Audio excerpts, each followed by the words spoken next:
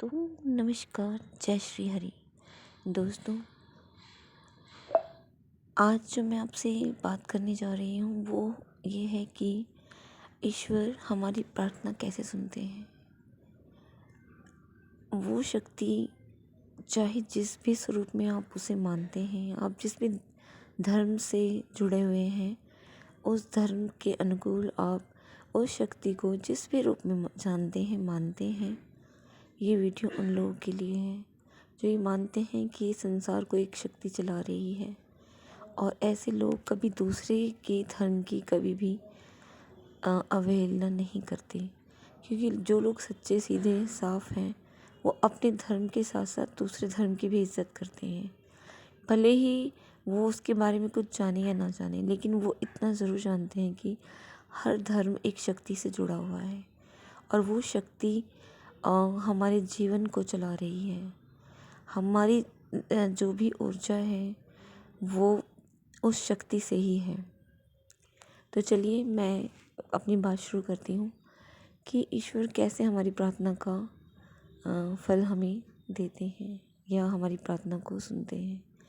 जब आप उनसे प्रार्थना करते हैं, एक सही रास्ते पर चलते हुए भी आप ढेरों दुख झेलते हैं, और कहीं ना कहीं आपको ये ऐसा लगता है कि शायद ईश्वर उनकी नहीं सुन रहे।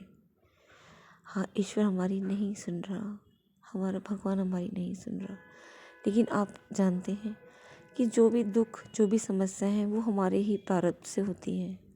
हाँ, हमारा प्रारब्ध जो हमारी वजह से ही हमारे जीवन का कारण है। हम जो भी अपने जीवन में जिन भी समस्याओं को झेल रहे होते हैं, चाहे वो कैसी भी समस्याएं हैं, वो सब हमारे द्वारा ही किए गए कर्मों का फल है।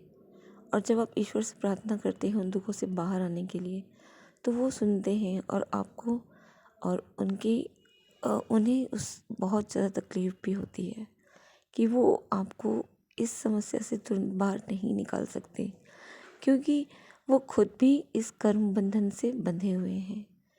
जैसा इंसान कर्म करता है उसे झेलना ही पड़ता है।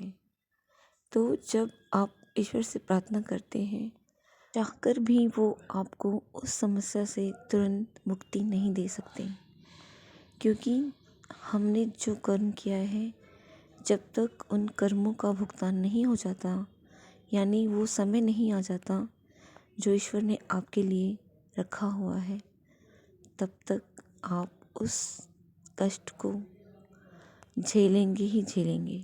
हाँ, लेकिन ईश्वर आपके उस कष्ट को कम कर देते हैं, आपको ऐसा माध्यम देना शुरू कर देते हैं जिससे जल्द से जल्द आप इन कर्म बंधन से मुक्ति पा सकें। धन्यवाद।